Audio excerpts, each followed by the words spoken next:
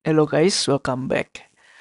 Nah, kita saat ini akan belajar mengenai hal yang fundamental dan hal yang sangat penting ya, paling penting, even paling penting di programming ya. Jadi, kita belajar variabel nih. Nah, gua assume kalian tahu variabel yang ada di matematika ya. eh ya, I'm sorry. Gua assume kalian udah SMA dan udah paham maksud dari variabel itu apa gitu.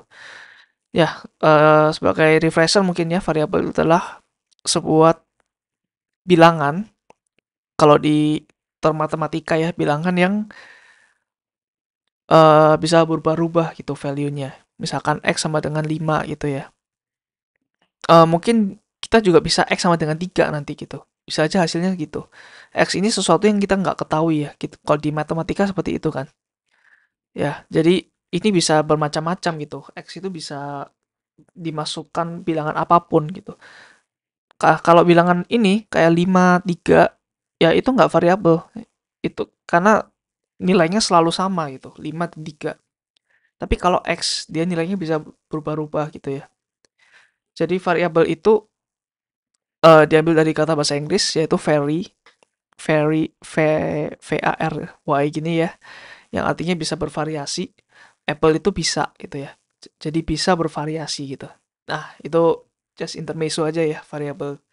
Nah, variabel itu kalau di programming ya, itu sebenarnya mirip-mirip, tapi agak beda dikit ya. Variabel itu adalah sebuah kontainer, kita lihatnya sebagai sebuah box ya, di mana dia menyimpan suatu value gitu. Sebenarnya sama kayak ini ya. Anggap aja X itu box gitu. Nah, tapi em, variabel di programming itu agak kompleks sedikit ya. Jadi dia punya nama, dia punya tipe, dan dia punya sebuah value gitu. Kalau X sama dengan 5 atau X sama dengan 3, dia hanya punya nama guys. Jadi namanya X, value-nya 5 gitu ya. Atau namanya X, value-nya 3. Atau kita bisa kan namanya A gitu ya. Mungkin di matematika dulu kan ada A, B, C gitu ya untuk variabel. Nah, tapi tipe ini apa gitu. Nah, jadi tipe itu sebenarnya eh ya tipe variabel gitu ya. Jadi value ini sebenarnya nggak cuma 5 3 guys. Jadi ada yang misalkan huruf ya. Misalkan kita mau menyimpan ya. Ini kan tempat penyimpanan ya. Tempat mungkin kita mau menyimpan suatu alamat itu. Misalkan jalan apa ya, jalan MH Tamrin misalkan gitu.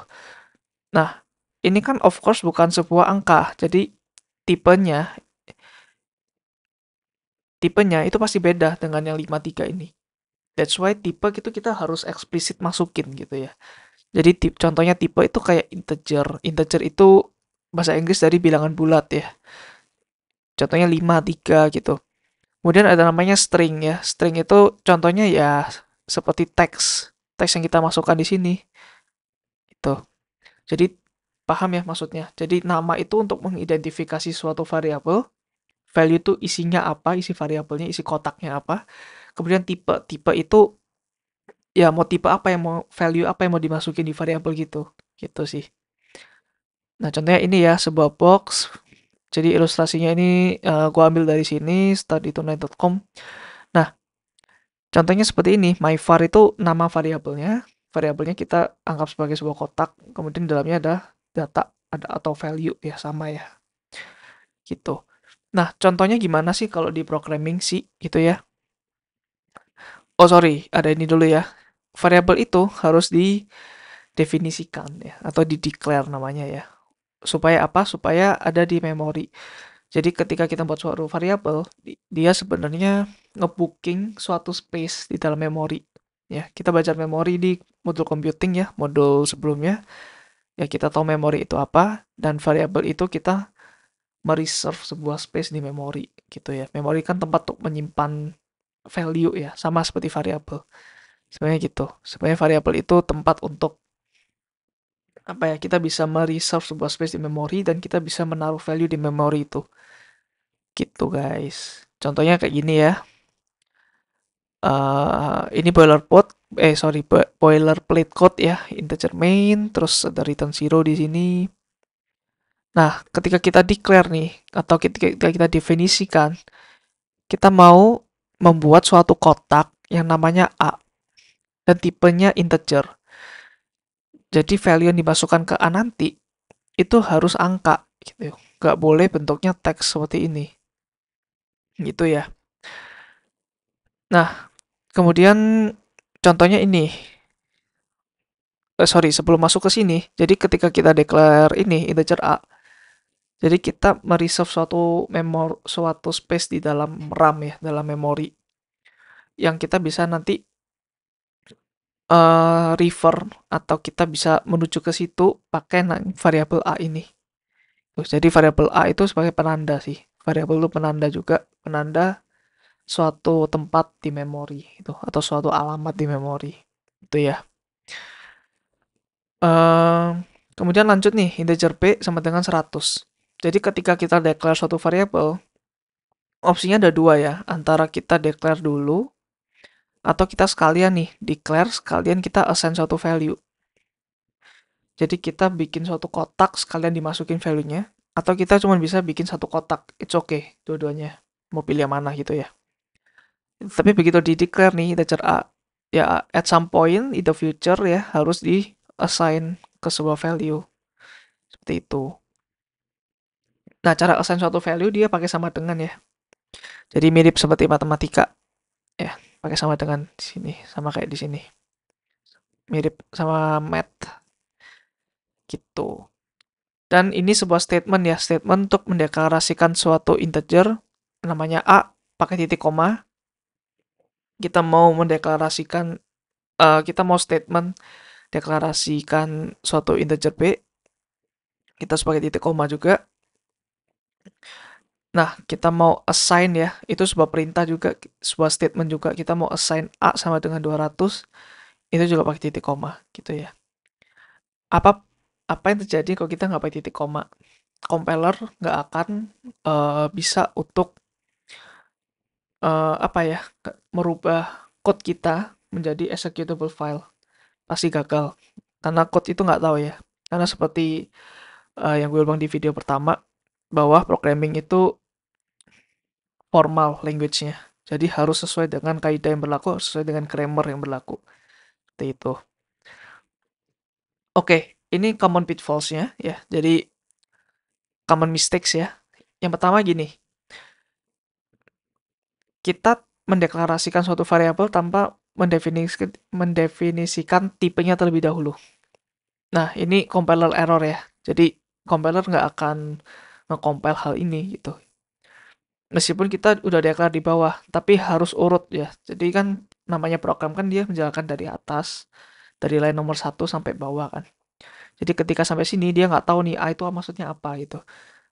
Makanya kita harus deklarasikan dulu dengan menggunakan tipe supaya si compiler tahu, oh ini variabel loh. Nah, itu seperti itu. Nah, contohnya ini juga. Nah, contohnya ini itu sama kayak box ya. Anggap aja box namanya B. Tipenya tuh udah benar nih integer. Kita udah benar declare di sini ya. Tapi value yang dimasukin tuh salah. Value yang dimasukin tuh bukan bilangan bulat ya. Tapi bilangan real nih. 4,5.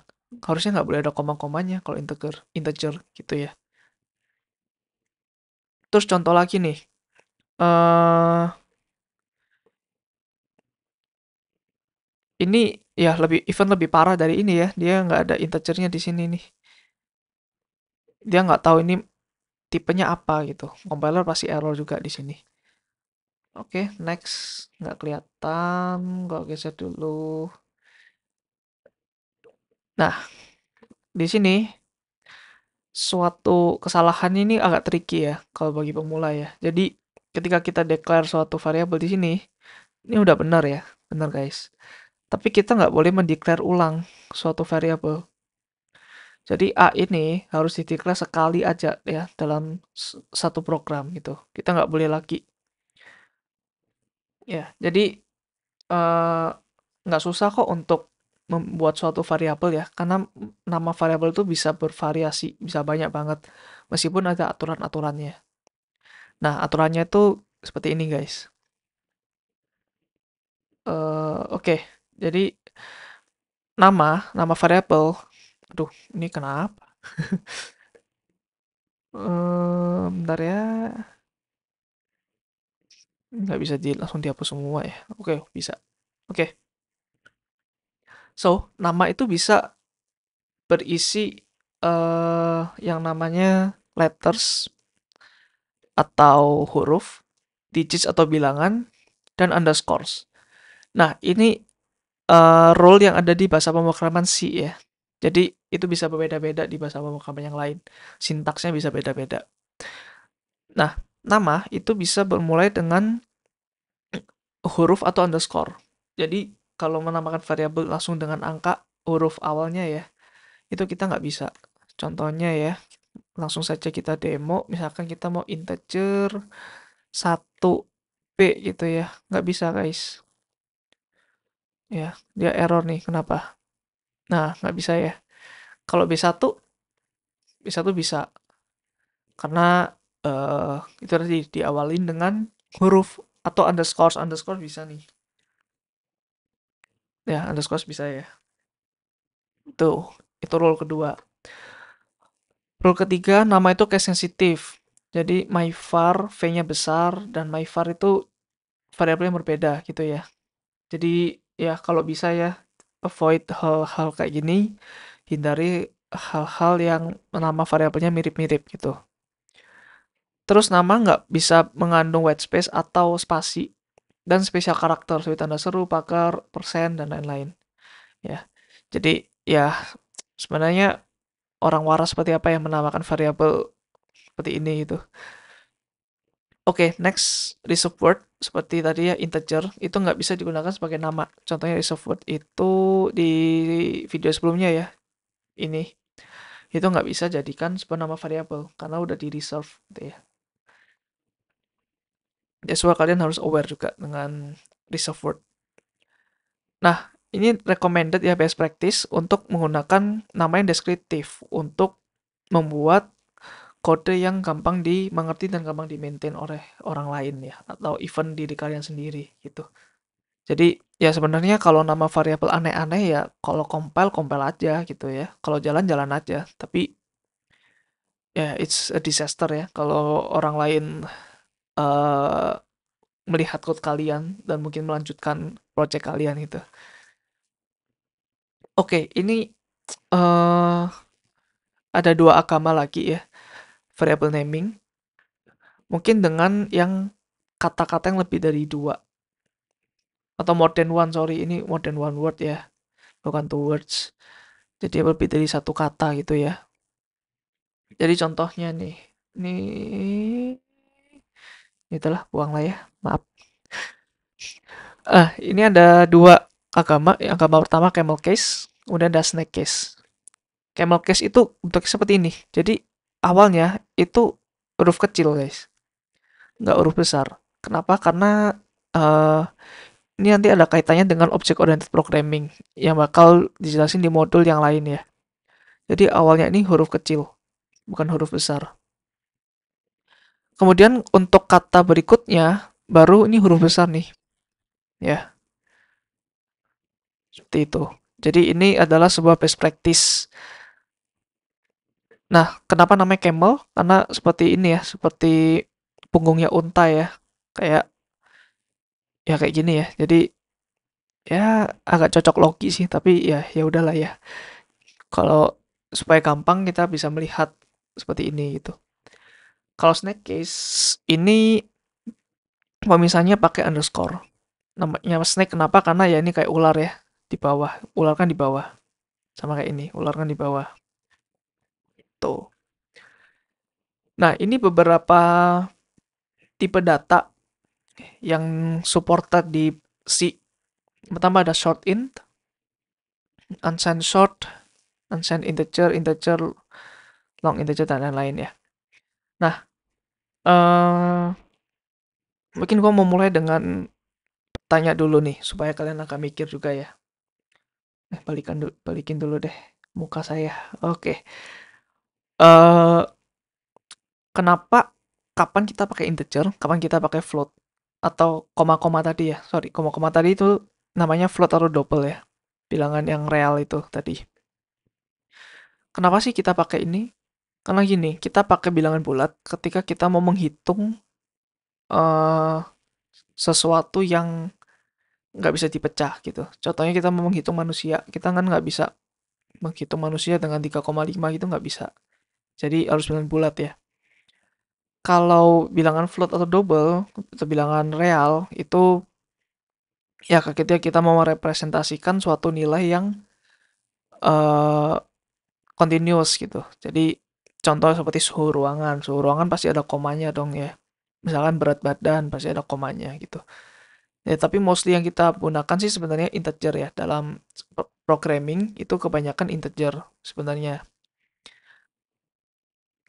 Nah, seperti itu. Jadi ya itu kegunaannya ya supaya kalian bisa paham kapan pakai integer, kapan pakai float atau double gitu. Nah, kok kalian lihat di sini ada namanya unsigned. Unsigned ini apa? Unsigned ini kita nggak ada negatifnya nih, gitu. Jadi sebenarnya kalau ada negatif, kita mengorbankan satu bit. Nanti kita pelajarin itu di video berikutnya ya, masalah memori.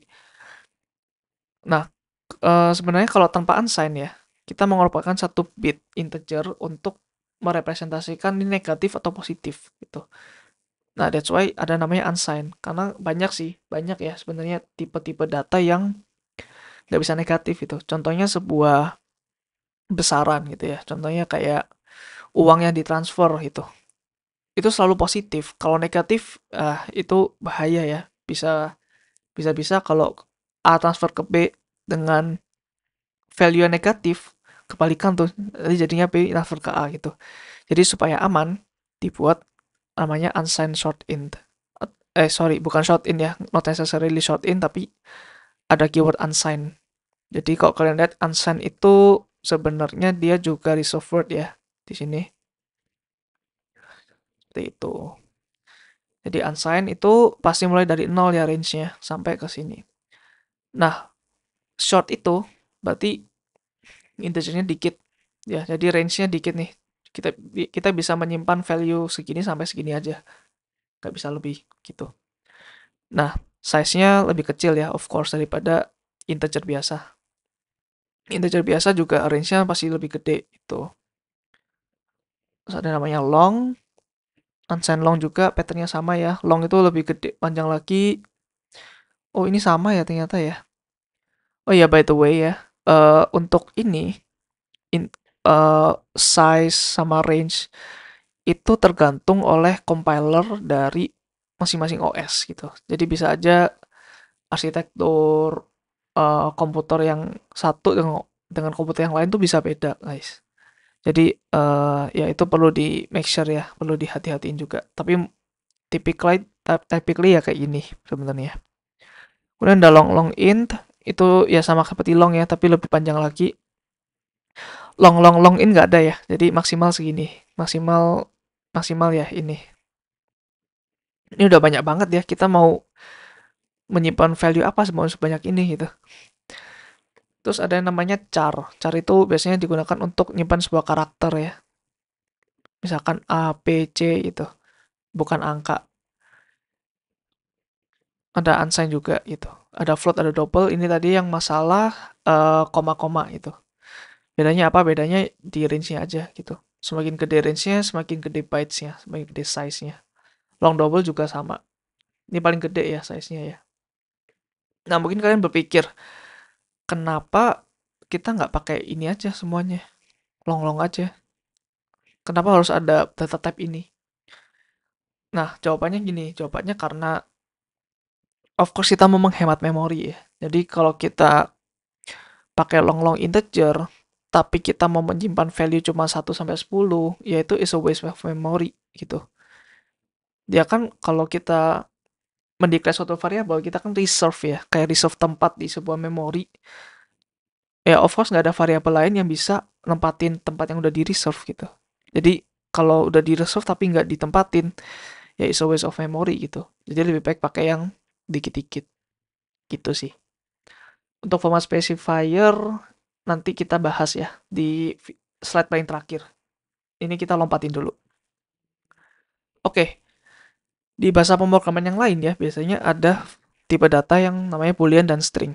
Boolean itu untuk menyimpan value true or false, string itu untuk menyimpan teks kayak tadi ya, jalan MH Tamrin dan lain-lain gitu.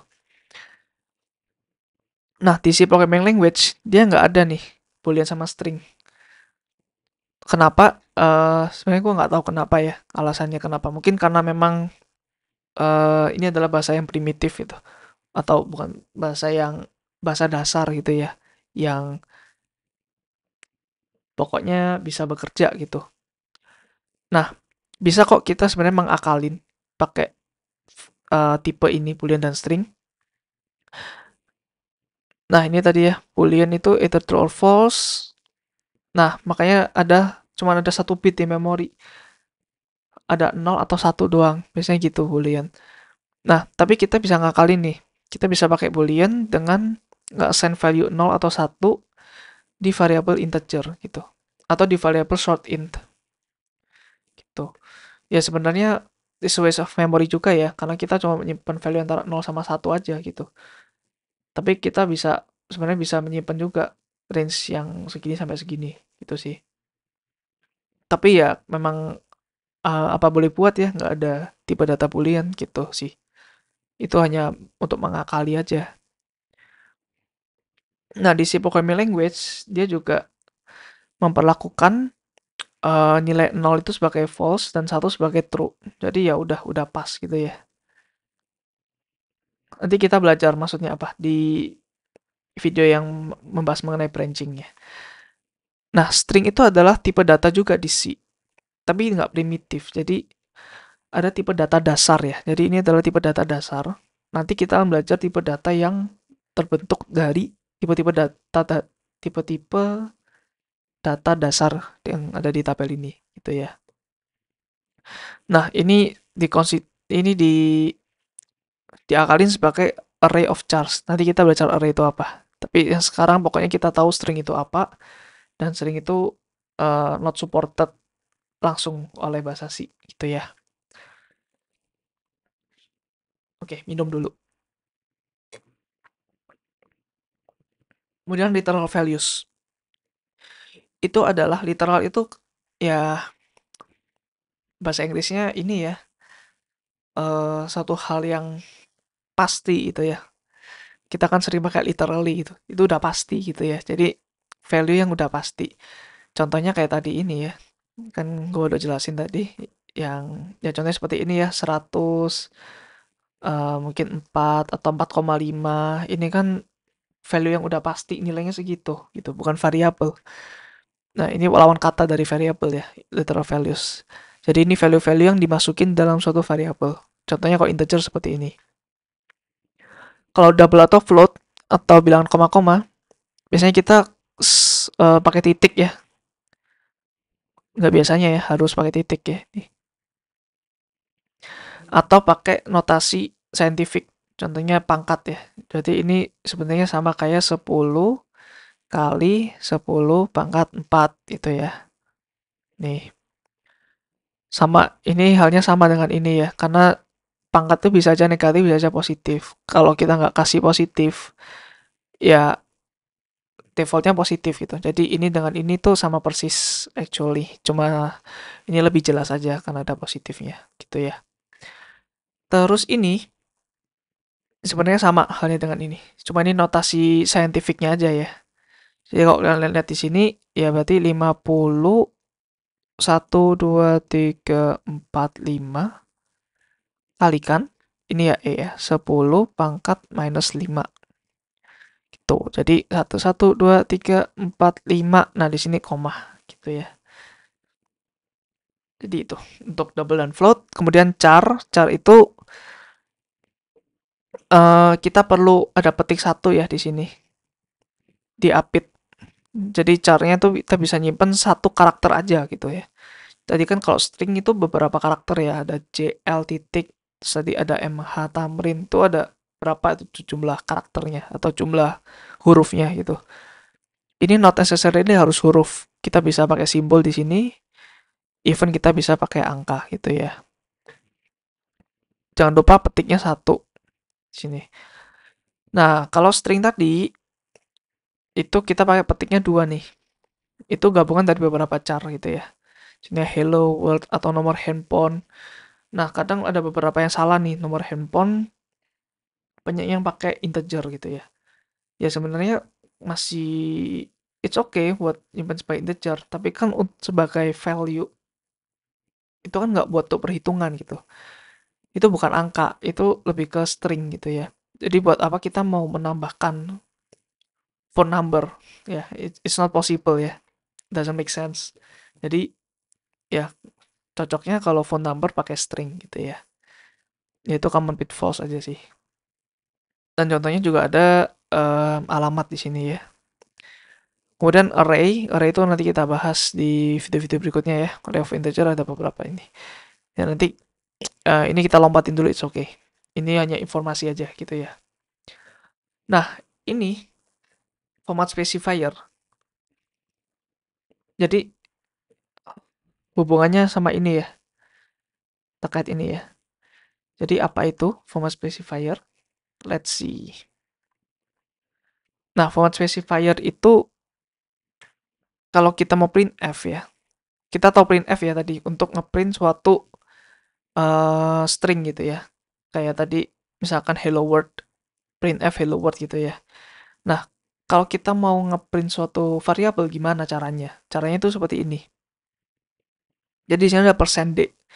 %d itu adalah format specifier gitu ya. %d terus ada backslash n itu nanti kita akan belajar maksudnya apa. Jadi ini I'm sorry kita abaikan dulu ya. Jadi ya formatnya seperti ini. Kita live code aja ya supaya nggak bingung. Let's say kita mau integer a 100 nih. Kita mau ngeprint di konsol ya, ngeprint value dari a itu. Ya udah kita print f aja, %d. Nah, %d ini nanti akan di replace dengan value yang ada di dalam a ini. Ya, jadi ini sebagai replace aja, placeholder ya. Kemudian pakai backslash n. Backslash n itu ya karakter khusus untuk ngeprint ya, untuk nge-enter. Itu tapi nanti kita bahas ya. Nah, jangan lupa nih ada koma di sini. Nanti kita akan jelasin maksudnya apa koma. Terus ada A. Nah, jangan lupa ini adalah sebuah statement ya. Harus ada titik koma. Sorry. Nah, gini. Kita save. Nah, kita coba compile. Dan kita coba jalankan. Nah, ini ya jalannya 100 di sini. Gitu. Jadi ini untuk ngeprint sebuah variabel ya. Nah, di sini koma itu apa? Koma itu adalah pemisah ya. Jadi di sini ada dua macam input di dalam suatu let's say sebuah program ya, printf. Sebenarnya ini adalah sebuah function tapi kita belum masuk sana ya. Jadi kita anggap aja ini sebuah program lain di mana ada dua input ya. Input yang pertama itu adalah string berupa placeholder, ada placeholdernya di dalam. Kemudian input kedua adalah variabel apa yang mau dimasukkan ke placeholder ini. Gitu. Contoh lagi ya, misalkan ini nih. Ini ada dua variabel yang mau kita print. Nah, pertama double, yang kedua integer nih tipenya. Nah, format specifier untuk kedua tipe data ini beda ya. Yang double itu %lf, yang integer itu %d. Tuh. Ya, untuk listnya ada di sini nih. Nah, integer ya. Integer itu %d. Tadi double ya, double itu %lf gitu ya. Jadi beda-beda untuk setiap tipe data. Seperti itu. Nah, ini contoh lagi ya mirip-mirip ya, %d juga nih dua-duanya. Oke, sampai sini itu dulu ya teman-teman untuk masalah variabel-variabel dan lain-lain. Ya, semoga bermanfaat. Next kita akan mempelajari bagaimana sih variabel itu tadi yang gue bilang di reserve di memory ya. Kita mempelajari itu di next video. So, that's all for me. Bye-bye.